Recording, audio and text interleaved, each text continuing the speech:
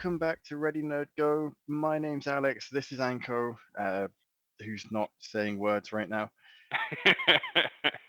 It's a strong start today already. Isn't it great? So this is, folks. This is Graphic Policy's tabletop RPG centric podcast. We have been for the last 9 episodes talking about different facets of tabletop RPGs, and one of the things that we said we were going to do is once we hit, I think it was an arbitrarily chosen 10th episode for some reason. Nice round number. Yeah, once we hit like at the 10th episode, and then maybe the 20th, etc., or as it comes up, realistically, let's be honest with, there's not going to be a strict schedule to this. We thought that it might be fun for us to have a significantly less structured episode than normal, and talk about recommendations for folks who are into tabletop RPG, or for folks who would like to get into tabletop RPGs but don't really know what to expect. So we were thinking like different kind of movies to watch to give you an idea as to how they play out, or TV shows, I suppose, because there's at least one that I'm thinking of off the bat. I've got a The couple.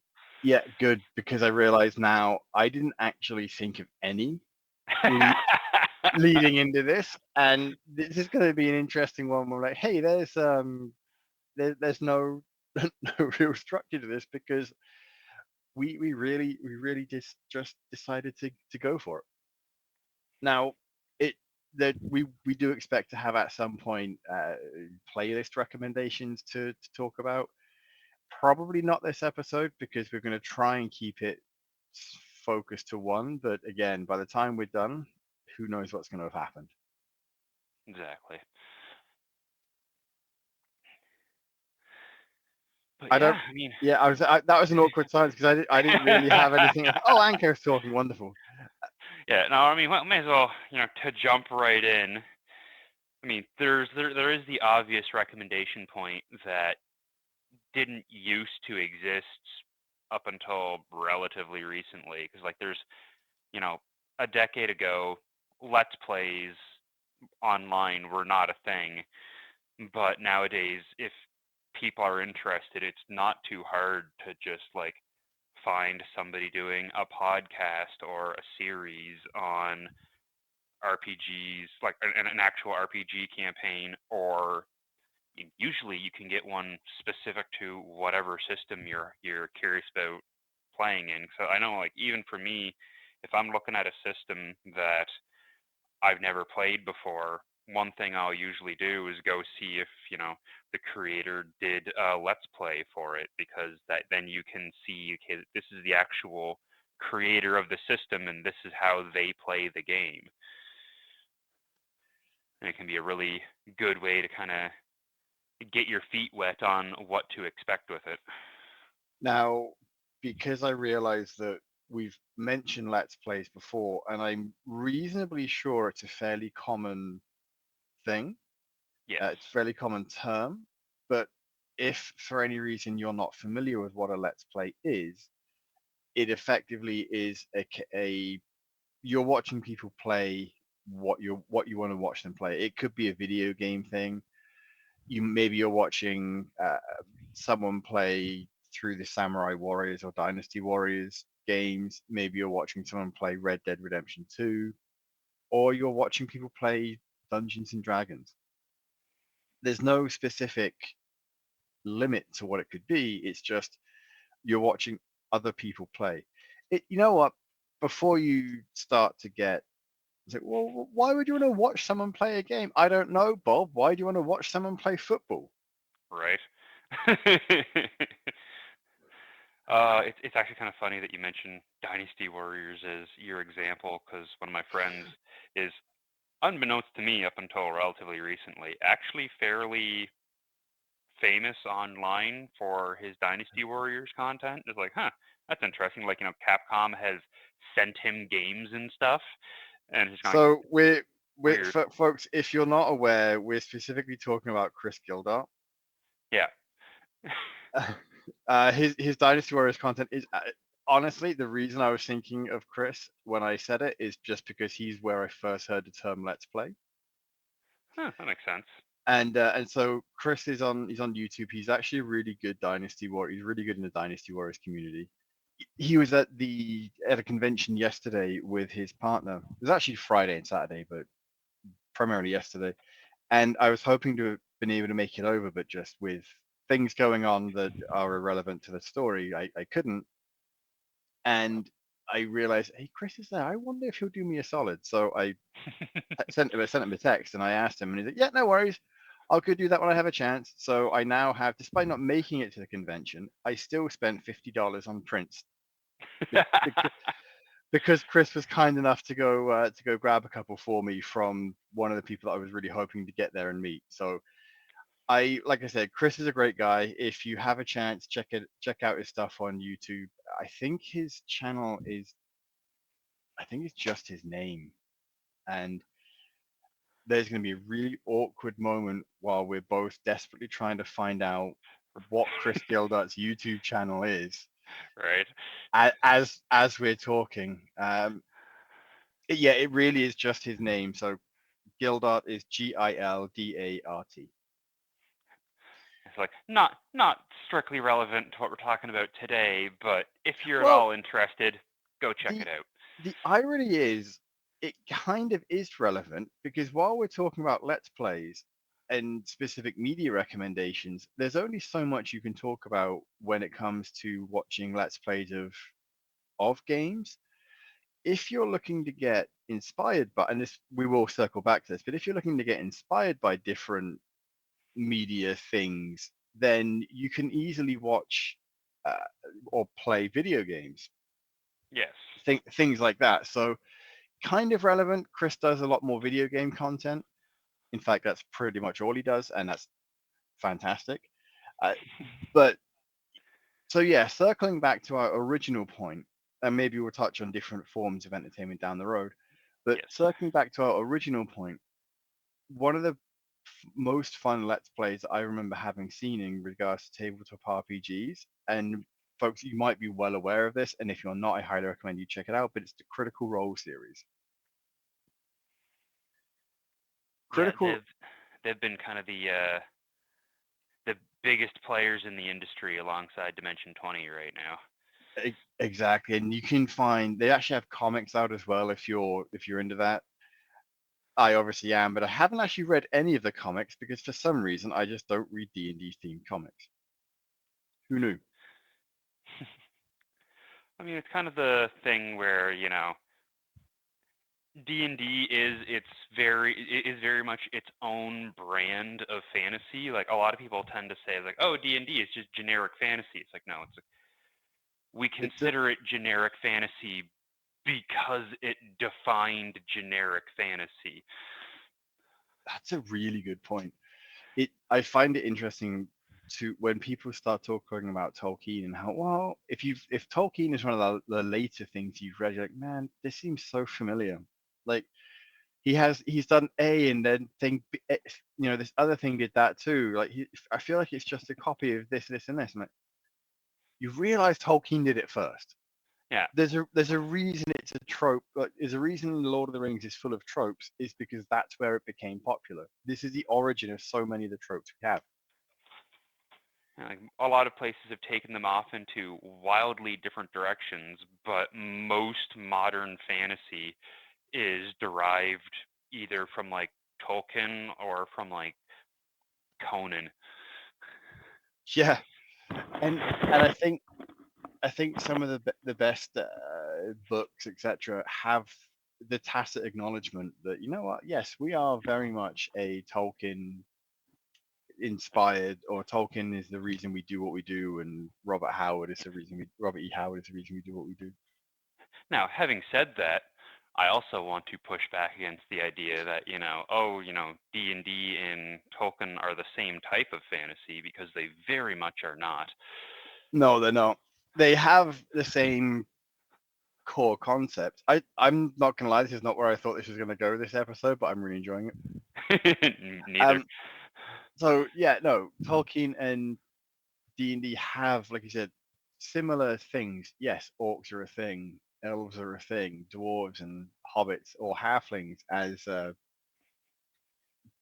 I didn't realize that hobbits are a trademark thing for Tolkien, Yeah, which is that's why they're what. called halflings everywhere else. Yep, they were. If memory serves, don't quote me on this. If memory serves, they were called hobbits in the first edition of D&D, and then, you know, TSR, who were the people who made D&D before Wizards of the Coast bought it out, were very much, oh, hey, we need to change this so the Tolkien estate doesn't sue the ever-loving shit out of us. And I think that if they hadn't changed it, they would have been sued, Oh, because 100% yes. it's one of those things where like, oh, we didn't realize this was a thing that we couldn't do. That's fine, but you've changed it, and now you're in a much better state. Yeah.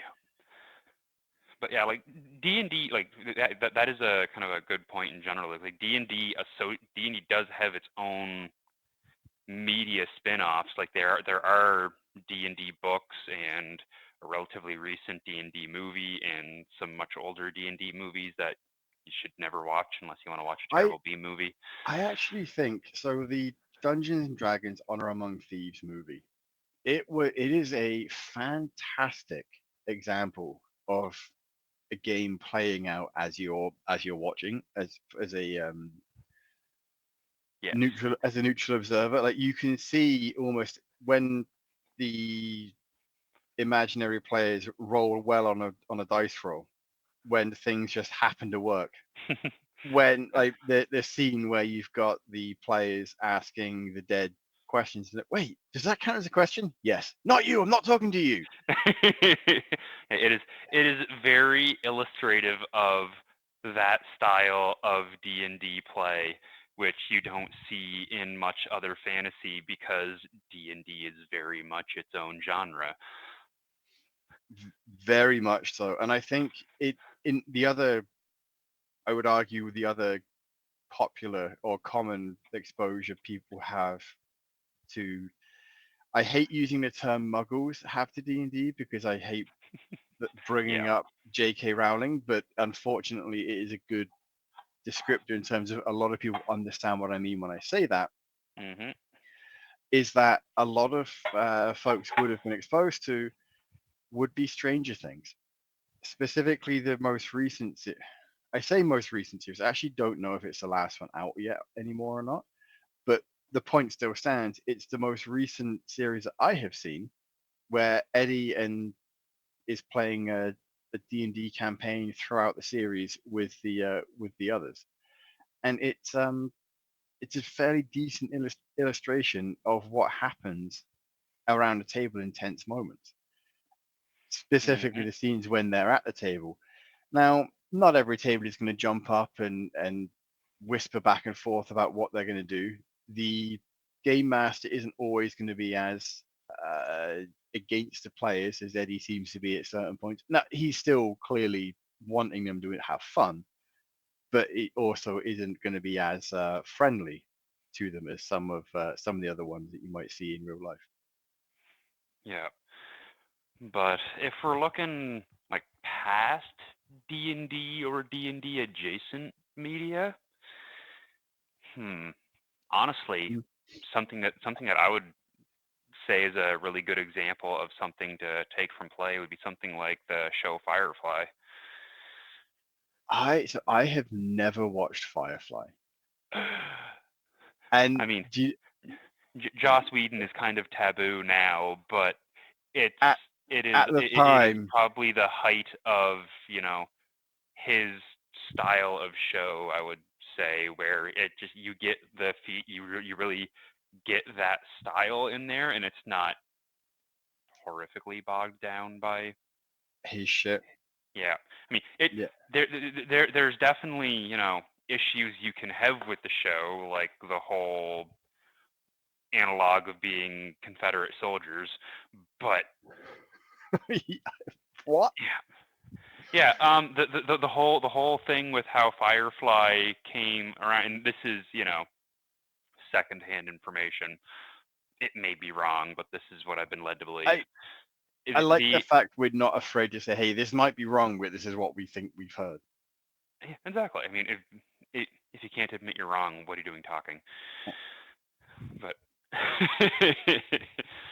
Yep. But the whole like initial concept, because the whole thing with Firefly is like, the main characters are on this ship, and the lead is, he's the survivor of a war where his side was the losing side.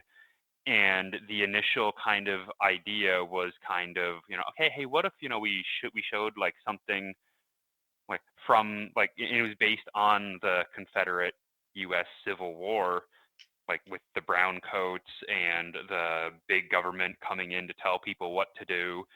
And it was like, hey, what if we made something like based on that general idea? He Whedon kind of, spun it into its own thing. He just kind of used that as the launching point of like the nucleus of the idea. But the nucleus of the idea was, hey, what if we followed a sci-fi equivalent of, the Confederacy, just without all of the nasty shit that makes the Confederacy what they were, which you can read as whitewashing them, because that has happened a lot. Yeah, I feel like that is exactly what having never seen it, yes, that's exactly what it would be. Yeah. I Now, wouldn't like, say however, I can understand the logic of let's just use it as people have lost a war. Now, people have lost wars across history. That's not the only war that people have lost in. yeah, it's not something. It's like it doesn't really negatively impact the show itself. There are people who take issue with it because of that, and because of Whedon, which is also fair. And there's, you know, very good points about saying that, it can be hang on about this, insensitive towards like sex workers and stuff like that with how some of it's done. But I think a good attempt was made with it, and I'm not gonna, write off the whole show because it's not perfect.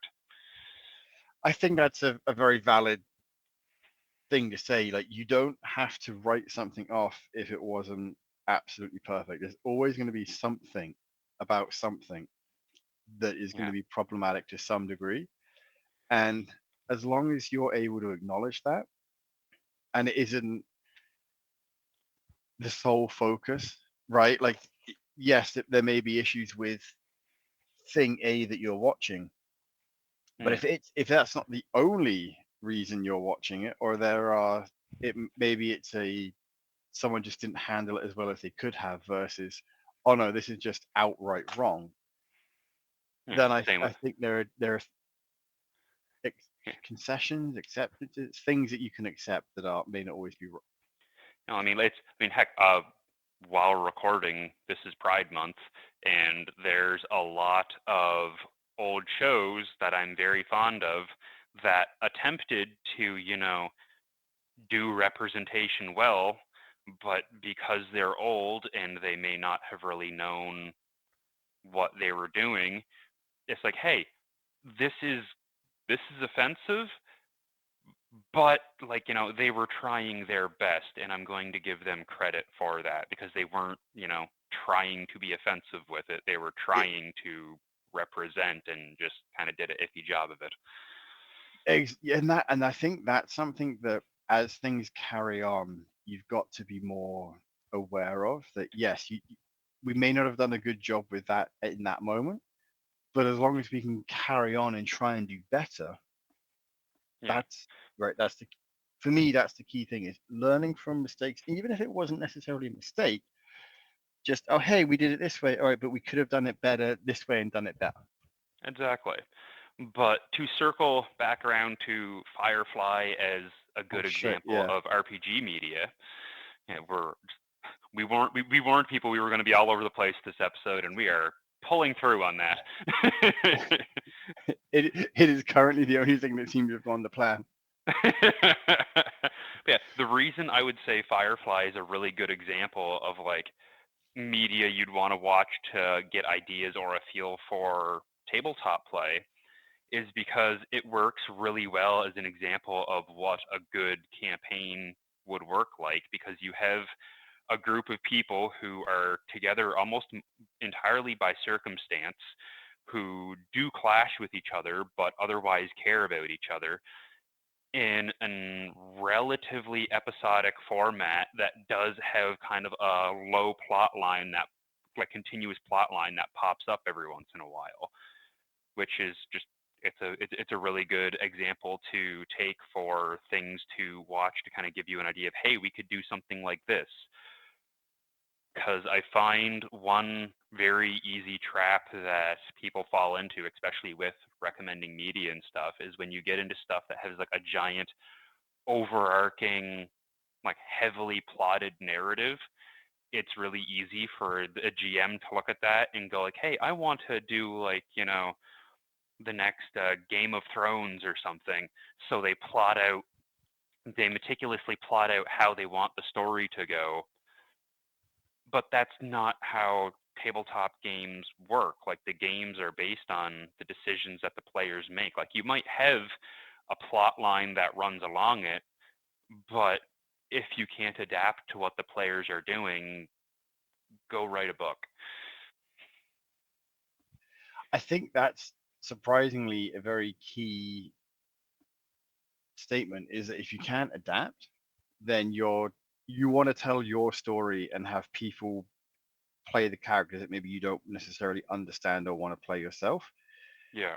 Whereas if it's a case of you're just adapting the things as they come up, then you'll want to tell a collaborative story. It's a very fine distinction, and it's why some authors would make terrible GMs and some GMs make terrible authors, because they don't have they don't have people to bounce off of. Hey, thing A happens. What do you do? Well, I don't know what my character would do, says the author. But the GM, I'm like, I don't care what my character would do. I want to know what you idiots are going to do. Exactly. I mean, heck, I mean, what we were talking about before we started recording is a good example of that. It's like the adventure I'm running you guys through right now is a fairly old school mega dungeon style. There is like plot and factions and stuff all happening around you, but right now you guys don't really have any exposure to much of it, and you guys are just in there making your own decisions, and those decisions are occasionally having impacts that you guys might not really be aware of at the moment. But I'm not going, okay, you guys are going to go here, you're going to encounter this, and this is going to happen. No, it's, hey, you guys go down, what direction are you going? Oh, you're interacting with these guys? Okay, that's going to affect this. My favorite thing that you said so far in regards to that is you might not be aware. We're absolutely not aware, because apparently every character being played cannot read, has no innate curiosity beyond a simple thing like my new character, because the other one died. Hmm. It went for it to find out why the other one died. Well, he found that out and he's like, well, I guess I'll stay and complete that mission. It was a very arbitrary reason to stay at the time. Yeah. We fleshed it out a bit, but there's absolutely no curiosity from him as what's happening down here. And none of the others seem to have any interest either. And it's actually kind of funny how there is a story and yet no one seems to be aware of or care about it. Yeah, and it's fine. The whole point of this game was meant as like the filler game when our normal GM can't or doesn't want to run. But it is also just funny for me that you're like, oh, hey, we found this old interesting object. Oh, it must just be a random object placed here and it's just here for us to loot. It's like, nope, there's actually reasons it's here that you guys just are never going to pick up on. Especially with that attitude.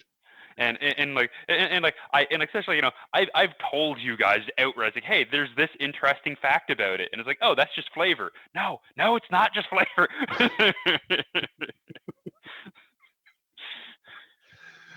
That it's But got to be frustrating to run a game where almost everyone is there just, oh, we just hit a dungeon delve. I And mean, that's how I'm approaching it, just because I know that's all I'm going to really get get out out of of you it. guys with it. And it's like, hey, you know what? That's a perfectly fine way to play the game. And if anything, it means less prep work for me, because I don't need to be as meticulous as making sure everything makes sense, because y'all aren't paying attention anyway. Well, that's just it. It's like half of us like, wait, how did we get here? It doesn't matter. We'll just go this way. Like, Sure. It kind of does matter though. Yeah. It kind of does, but like whatever. Yeah. But yeah, no, the reason that Firefly kind of comes up as a good example is you guys have kind of done the similar thing where like the first couple of sessions you guys were playing together, there was very much okay, there's no reason for us to actually like care about each other or try to keep each other alive, but now that you've been playing these characters for a couple of sessions, like your characters still very much have disagreements with each other, but there is also that there's the camaraderie starting to build up now of like, oh hey, we need to actually look out for each other and keep each other alive as we're existing here. Yeah. For example, and I realize this was a media recommendation episode, and this is now we're just talking about whatever, and I'm fine with that. The latest session we had in that game, the character who initially ran off when two of us were in trouble because there's no reason for him to stay, played the vanguard or the rear guard, holding everyone, keeping everyone safe as a massive horde of undead zombies came at them. Exactly. My character, who they don't seem to realize is actually a necromancer, just cast hide from undead and walked casually along with the zombies as they were trying to kill yours, doing absolutely nothing to help. Yeah, because that's your character is one of the newest to the group, and he's like, yeah, I have no reason to care about these people right now. I just need to get out. Yeah, I nearly died the last time I went down here. I'm not too keen to do that again. Yeah, Y- exactly. You guys will So be fine. I'll see you at the entrance. I'll see you in a bit. I actually read a book recently with a really interesting necromancer character, and it's going to be of no surprise to anyone that knows me across various things they've listened to, etc. It was by Joe Abercrombie. It's called The Devils. You don't need to have read any of his other stuff. I find it fascinatingly amazing that his 13th novel is called The Devils. Clever. And he, but it's it actually reminds me very much of a D&D campaign or an RPG campaign in that you have a vampire, a werewolf, a there's going to be minor spoilers for some of the characters. So you have a rogue, a monk, a thief who's somehow something more than that she doesn't want to be, and you have a knight. There's absolutely no reason for any of these characters to be there other than the fact they have to be there in the story. And there are moments where you can clearly see the werewolf is also a Viking and doesn't want to let the wolf loose. And it's very much oh god, I failed a roll. I'm now going to turn into a werewolf. Everyone should run. Aspect of things. It just happens at the worst possible moments, and sometimes it's the right time. Like they, oh shit, release the werewolf. We need the werewolf. But it's very much oh god, the werewolf's coming out, and like that kind of moment where you have those in a book or in a movie or whatever. It's absolutely brilliant. Now we did say this would be more of a experience, feel like watching media episode than anything else, and we'll Yeah, try and at least. literature Uh, counts. well, I was going to say we could try and at least keep that to the point because there are so many books that you could pull in No, for that. we'll have a literature episode later on because I can definitely think of some good recommendations for reading for I've that stuff. there are so many that I've got as well that you can go through, which will be maybe that I'm gonna say maybe that's episode 20, but realistically it could be whenever the hell we want it to be. So stay tuned. Exactly. But yeah. If we're sticking strictly to visual media for this episode, they're a good example of something. I mean, there's so many examples of fantasy media out there that you can reference. I mean, even stuff like Avatar: The Last Airbender I works. assume you're talking about the anime and not the movie. There is no movie. Valid point, well made. But and like if And actually, Avatar: The Last Airbender is kind of a good example for that, because while I do prefer the cartoon series, the live action Netflix series, while I don't think is as good, is still, a relatively good adaptation if you happen to be one of those people that are like, oh, I don't watch cartoons. The live action one is right there. It's not as good, but it's still worth your time. And that's still and another good example of heroes that gather together over the course of a story, following, like, they have their overarching goal, but episode to episode they may be trying to advance that goal. They may be doing something completely unrelated. It's a good, traveling the world, like, and exploring the world together and growing as characters. Another good, another example. Maybe not a good example. I'll strike that part out. Yeah, another example of a tabletop RPG based or a inspiration. No, I was going to talk about the Witcher TV series with Henry Cavill, but there are so many issues with that I don't even want to bring it up. It's it's one of those moments where, look, the first season with when Henry Cavill is actually pretty good, specifically the Henry Cavill parts. After that, it devolves so far from the books that it's like someone's idea of fan fiction as to, hey, maybe this will happen and maybe that'll happen. And if anything, it's actually a really good example as to someone playing a tabletop RPG game based in a world without actually understanding the world and just having things happen because it's cool and or this will be fun, this will be fine. If it doesn't work, we can fix it. No, Lauren, you couldn't fix it. Which is ironically also a great example of, player expectations, because there's nothing wrong with playing in a world without really understanding it and just doing your own thing. But you need to make sure that everybody on the table is okay with that very loose interpretation, or else the people that do actually care about that setting are going to be very upset about the changes that you kind of make willy-nilly to it. Yeah, and I think that's actually a very good point to make, not only across what you're playing in, but also the adaptations made from those things. I Yeah, think, like, there's a reason that whenever I do run something like something related to an existing piece of fiction, I'm always very careful to say up front that, hey, like, we're playing in my version of this mm, world, because I will always have at least one person who is an obsessive nerd lore about whatever we're playing, which is great, which except when they're constantly correcting me about things that we're doing in game, and I have to go, no, man, no, that. this is a world inspired by. We are Yeah, going to keep it as close to the canon as we can, but if I differ from it, just accept that I'm differing from it because that's what's going to happen. yeah, like, I will, I will lean on my players who have all of that extra knowledge for setting details if need be, but ultimately, yeah, things will change either for player expediency or just because I'm not going to look through the history of 40K novels to find out exactly what happened to this one character.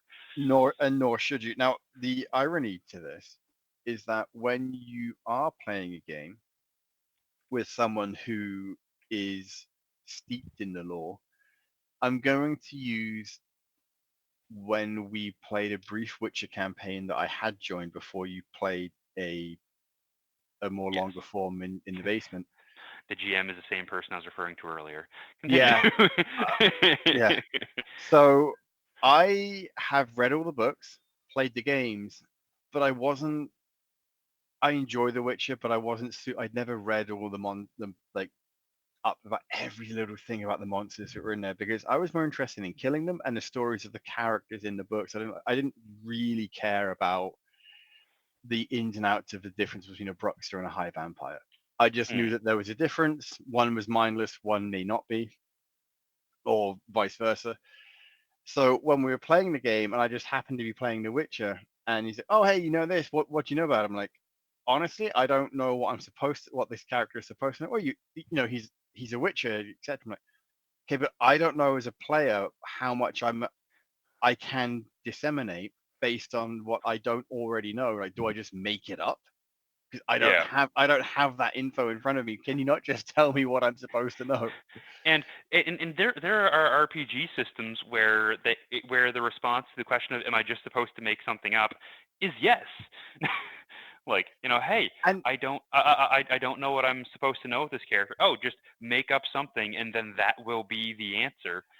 But and if you're that's playing in an established world, that gets a lot more tricky. and honestly, if that would have been fine, that would have been a question I would now know to ask. At the time, I had no idea if that was a thing that could even happen. So Yeah. I'm floundering in, I think, one of the first games where I just happened to not be there to react to things. Like, I don't know what I'm meant to say here. Is it like, is a character, like, the character clearly knows more than the player does. How do I get around that? So in the end, my answer is like, Yeah, and which that's I think frustrated the GM because the Witcher like, uh, and like, yeah, but there's more than you can like. Okay, but I don't know that, and unless you're going to tell me what I'm supposed to say, it's not coming out. yeah, which is another easy trap to fall into as a GM when you're expecting certain players to do Hmm. things for you, and that Especially just when doesn't happen very often. no, and especially when you know, like, oh, hey, I know if we're playing this, like, I know Anko is if I'm this isn't going to happen, folks. Like, don't expect this. If if Alex is GMing a an Avatar: The Last Airbender game, and I'm expecting Enko to do thing A because I expect him to know about thing B, and he doesn't or doesn't remember it, and thing C happens instead, I'm like, why would you go left instead of right when you're walking into a brick wall? Like, that makes no sense to me as a GM, but it makes sense to you as a player because you had, oh, hey, I have an A or B choice. I'm going to choose B. There wasn't a choice. You should have realized that there was the only way you should have gone was A. Yeah, And and that's what comes from having too much reliance, the GM having too much reliance on players who are aware of the world being able to pick up the subtle hints that are going around. Because you're assuming they're as into the world as you are, or as you want them to be. And it could easily just be someone like, yeah, I watched a movie once. I really enjoyed it. I have a lot of memory. Like, people are often surprised when I say I've only seen most MCU movies once because I just remember things about it. But that doesn't mean I remember every 3 seconds what was happening in the movie. I just remember the gist of things, and I can carry on conversations with people that have seen it 15 times. yeah, However, that also means that if there's a very subtle thing you're referring to, and I don't have, and it's never come up somewhere else that I wouldn't have been reminded of, I'm probably not picking that up until I'm given some kind of context clues that I'm looking for. And it's the and same with a game. If you're expecting someone to pick up on a context clue that they're not aware that they should be looking for, you're gonna struggle with what you're looking for. and let's be honest, the MCU movies, most of them are not exactly A complex thing. yeah, they're not exactly in-depth plot, so you don't really need to watch them once to understand what's going on. Yeah, I'm not saying that I have a great memory or what I my level of memory should be praised. It's just very much a case of like, oh, you've only seen it once. I only need to see it once. If I really like it, I might watch it again down the road. But Yeah. for most things, I've seen them once. The earlier ones, obviously, you've seen more because they were all you had to watch. Now, having said that, the Avengers movies, like specifically the Avengers movies, are also a pretty good example of media for basing RPG stuff off of because Well played segue. I enjoy. because Um, that is something that I thought of when you were talking about, you bring up like The Witcher as an example. It's like for if I want to recommend people media specifically for like getting ideas for RPG play, I want to make sure that for the most part, what I'm recommending them are ensemble shows, because if you're recommending them, like there's things you can do from a story perspective with a single character, like with a single focus character, that you can't do when you have when you have an ensemble cast that you're supposed to care about multiple people that can work together to accomplish goals. Because like Geralt in The Witcher, he doesn't have friends. He has people that spend, like, I mean you can argue like Dandelion and Yennefer, and but like they're not like a adventuring party that is like sticking together throughout the entire time. They just happen to be together at certain points in the book, and that's just where the book picks up, Yeah. right? That maybe there's a common quest toward the end of the books where you've got the Regis, you've got Dandelion, you've got Geralt are together along with a Cahill, who has been butchered in the show, and I refuse to watch season. Anyway, still bitter, Lauren. Now, I'm saying it as if she's listening. Now, to your point, ensemble shows where they actually have a common goal to work toward are really great, give you a really great sense of what it is that you're looking for from media that you can take inspiration from. Yeah. And the flip side to that is that maybe there's a game, for example, one of the players in our group is looking to run a game. I don't even know what the name of it is. I just know he's been obsessing over it for the last couple of weeks. It's an action hero based game Yeah. where effectively, as long as you've seen some form of action movie, ideally I think from the 80s, but not necessarily, maybe it's more modern, then you're going to have an idea as to how this plays in terms of what's expected in the story. It's just how the actual game mechanics are going to be different, and that's par for the course. Almost every system is going to have some form of unique twist on the roll of the dice to see what happens. And like there's that's kind of the interesting thing with, you know, having a media recommendation episode to begin with, is because while I stand by what I just said about, you know, ensemble team shows are like the best examples of things to draw from for like plot structure and understanding how groups can or should like get together, work together, stay together, all that kind of stuff. There's also the point of literally anything can be a point of inspiration. Like, you know, go watch plays, go read books, go watch TV shows, go like do live theater. Like there's anything can form inspiration, and you can get inspired by the most absolute random things you can consume, which can lead up to some really interesting things where, you know, you could be sitting here like watching a baking show and suddenly go, hey, you know, make for a really like weird and fun side episode if like there's a baking competition going on and the characters are involved for some reason and have to like hunt down rare ingredients, or they need to like figure out who's sabotaging the other person. Like that's just a really weird episode idea that you won't come up with watching like modern I fantasy or anything. I can give you folks, I can give you a genuine real example of this. There was a session where I think you were actually not there. So there was me, the GM, and two other people, maybe three, but I think there was a very small group, and we ended up getting together just because we were there. Like, well, we'll play. People, I think it was a case of people dropped out last minute, which again, totally fine to do. We were willing to adapt. We happened to be in a point where we could adapt, and it ended up being a, instead of a throwaway line, "Hey, you're going to go to this get together," we decided to play out the what happened at the get together, including a dance contest where the GM was having a great time with, like, all right, so it's gonna be a dance contest. I'm like, okay, well, I've got these stats. Can I use any of them to dance? And he's like, you know what? Why don't we use your combat skills to dance to see what happens? So my goblin, who is moderately acrobatic and stealthy, but remarkably violent, was able to win the dance contest by fight dancing. And we thought it was hilarious because it just happened to be working. I was rolling just high enough that his dancing choreography was effectively action movie style fighting where no one's getting hurt, and like, oh, this is ridiculously fun.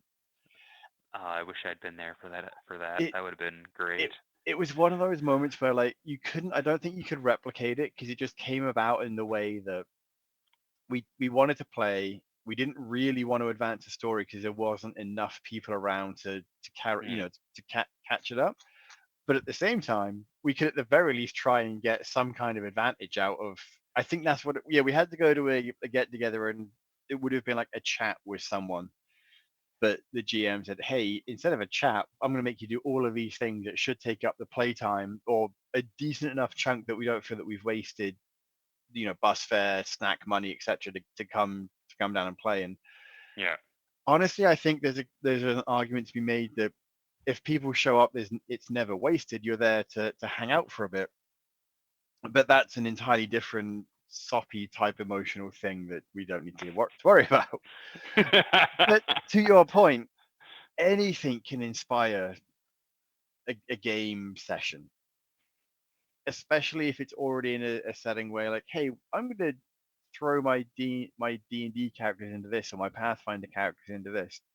It might be a bit more awkward to have a cooking style show in the middle of an aliens campaign Yeah. where it's more horror based. It could happen, but there would be a lot more ingenuity on behalf of the GM to set that up. Yeah. And just having a broad base of references to draw from just will make you a better GM and arguably a better player. Mm-hmm.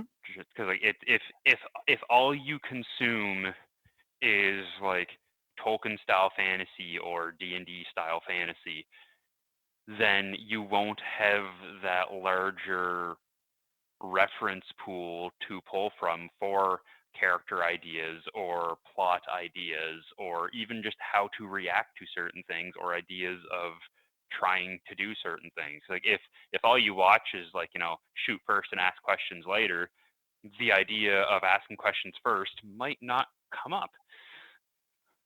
Asking questions at all might not come up. Mm. We're clearly demonstrating that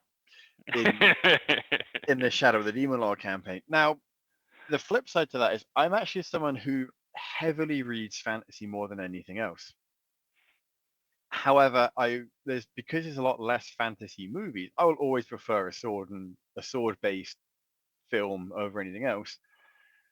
A lot of there's so many different things you can watch in terms of just shows to broaden your horizons that we're not going to touch because to try and do so would be to give you an exhaustive list in like 5-10 minutes of things you should watch would be incredibly arrogant of us. Hmm. So anything we have said, feel free. Like obviously, if it strikes your interest, check it out. If we've said if you don't, I don't know if I want to watch Firefly, then don't. Life's too short to watch things you don't care about. Exactly. It's The amount of media recommendations I've got from people where it's like, oh man, you need to watch this. It's like I really don't though. yeah. I don't need to watch anything, friend. I might watch it, but I might Okay. not watch it.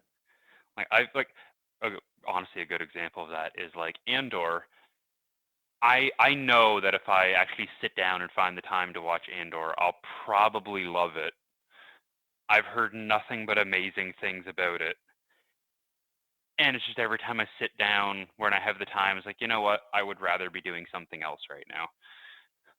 Yeah, Eventually, hopefully, I'll get around to it. But that's the nice thing about, a good series is that it's still a good series if you don't watch it right away. I have a thing where I will often not what like so my Star Wars it's self-imposed rule for myself is I don't watch or necessarily care about anything that is set prior to the original trilogy. Hmm. Not that I don't think that stuff is bad. It's because there is so much things to watch that's just my self-imposed. If it's before then, I might watch it at some point. If it's after the the sequel trilogy, I'm probably not going to care because I really didn't enjoy the sequel trilogy ending as much. So if it's after the Return of the Jedi, like The Mandalorian, Mm, that's the time period that I really am interested in. I don't really care about what happens after The Force Awakens. I love The Force Awakens. It's a great movie. The same cannot be said for the sequels. I don't necessarily want to or feel the desire to go back to that time period.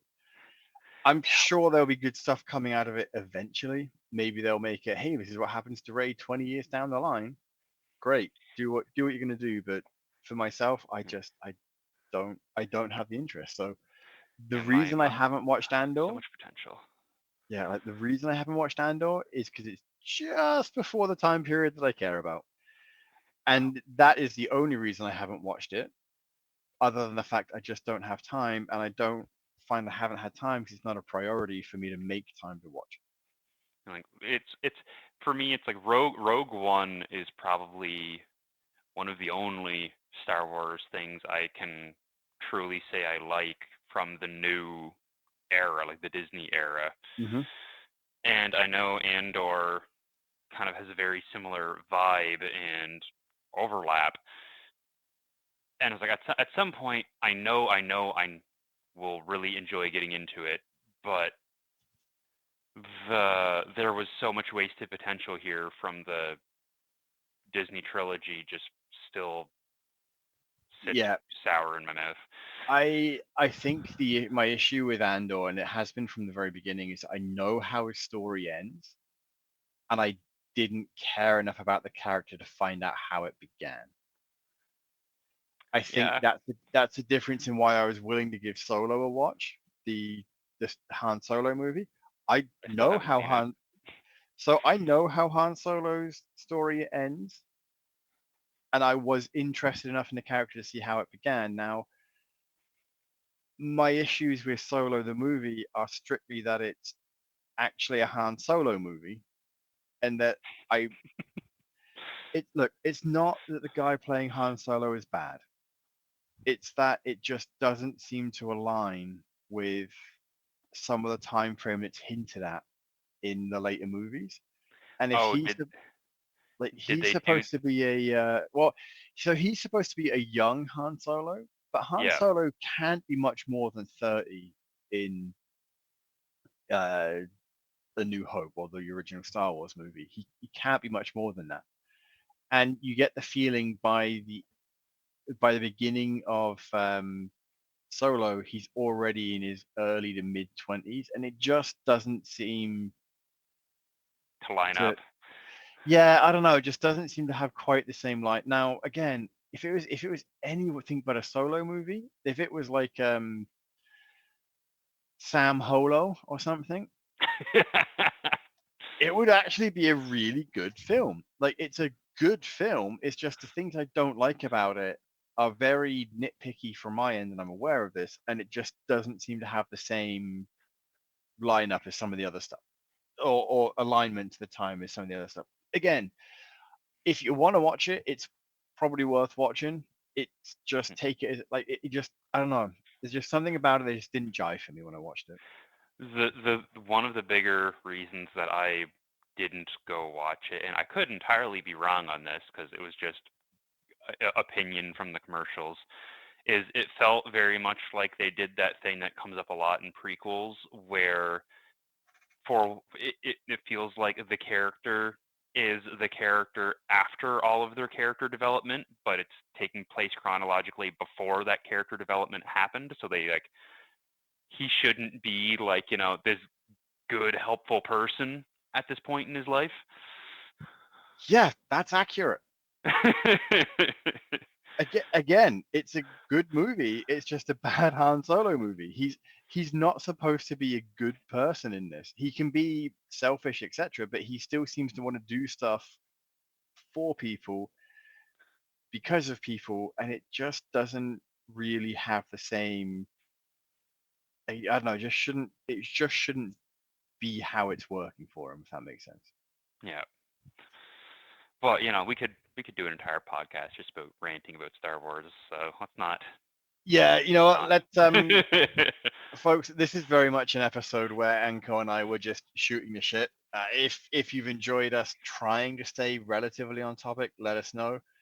Uh, this is the last episode of our current batch of 10, so I think next episode is now that we're going to get these out on a more consistent schedule. By the time this comes out, it's going to be about this is June 15th. We're recording. I think this is going to come out, and I say I think because we've got episode 8 came out to yesterday. Mm. Episode 9 I think is going to come out at the end of June. So this is going to be mid-July when this one finally comes out. So almost another month. We have been very at this point we're gonna let you know what it is. We've been very subtly running different quotes in the episode titles. If you can tell us where said quotes come from, we will send you something. Once you've figured out where the two quote sources come from, let us know by sending an email to readynerdgo@gmail.com and we'll be in touch. There's gonna be, I think, one or two things we're sending out, so don't be upset if you get to this point in episode 10 like, oh shit, I know where all of those quotes came from, why didn't you send me something? Because we didn't have enough for everyone. And we are not a well-funded show here. Not well funded is a marginal understatement. We very much do this for the enjoyment of doing it. So Exactly. if you can tell us where it comes from, we will let you know. We will. So episode 10 comes out mid-July. So depending on when we start getting answers in is when we'll actually let you know. But I would expect at some point around episode 15 is probably when the answers coming in will line up with when we're able to record and get it out. So you'll obviously know before that you'll be getting something from us. We don't know what it is yet. We'll figure that out when we know where you are. Because if you're not in Canada, then it's gonna we'll Be a little figure it out. trickier. Yeah, we'll figure it out. But don't it is open to everyone, because at the very least, if it's going to cost us an arm and leg to ship, Amazon's free in whatever country. So we will figure something out. I mean, we can tell you it'll be RPG related, but that's pretty much the gist of it. Yeah, exactly. It's going to be RPG related. Maybe it's going to be it's not going to be a supplement to an already existing game, unless said game is D&D, where we can reasonably assume that you've at least got a book for it. Yeah. Anyway, that is neither here nor there. So until that time, game on.